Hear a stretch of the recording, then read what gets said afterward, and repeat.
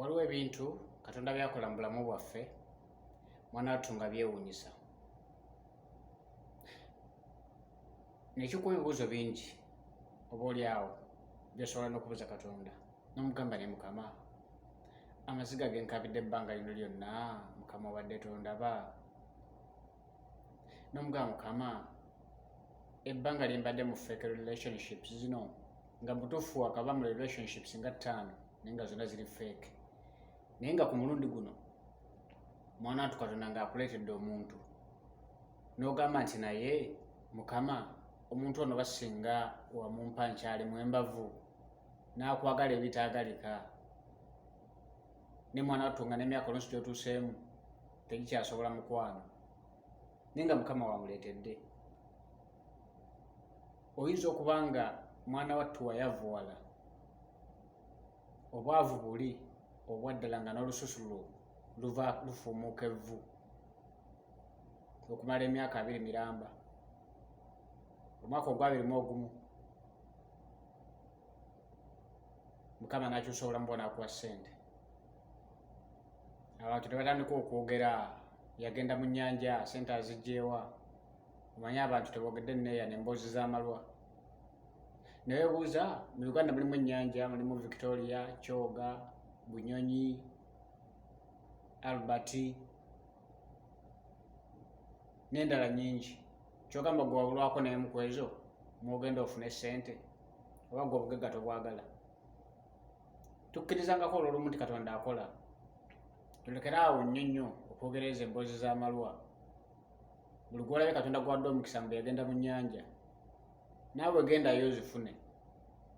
So waliwo ebintu Katonda byakola mwana wattu nga bisattiza abantu, nga byogeza abantu. N'onoonya omwana emyaka nga 8 ng'omwana agaanye, ne bakwogerera ekyakuno n'ekyakuli. Mwana wattu mu mwaka ogw'omwenda Katonda n'akuwa omwana, n'asayira ensinga aboogezi bonna. Singa ofunanga chance etuukako mu ggulu, obuuzanga omukyala gwe bayita Kaana. Actually bw'osoma Samwiri ekisooka okuva ku ssuula esooka yonna, ojja kulaba omukyala Kaana yalina bbawe nga bamuyita Erikaana, ng'alina mujja we bamuyita Penina. Mwana wattu oli Penina ng'ali fatayiro, Erikaana bbaawe nga buli wassa wamera n'afukumula abaana, naye nga Kaana alinayo omwana n'omu gw'alaba. Penina n'ajooga Kaana, n'amuvuma, n'amujerega, n'amulangira.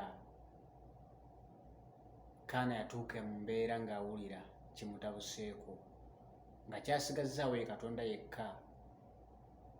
Kaana n'ennyika mu maaso ga Katonda. Waliwo embeera gy'obeeramu ng'osigazza yekka ye Katonda, ng'embeera tokyagina ku control, ng'embeera ogikooye, ogezezzaako eno n'eri, bakubbye, bakukoze bino na biri, nga gw'osigazza yekka ye Katonda. Kaana n'akaabirira Katonda. Bayibuli egamba nti ne Eri kabona yatuuka ekiseera n'amuyita omutamiivu. But guess what?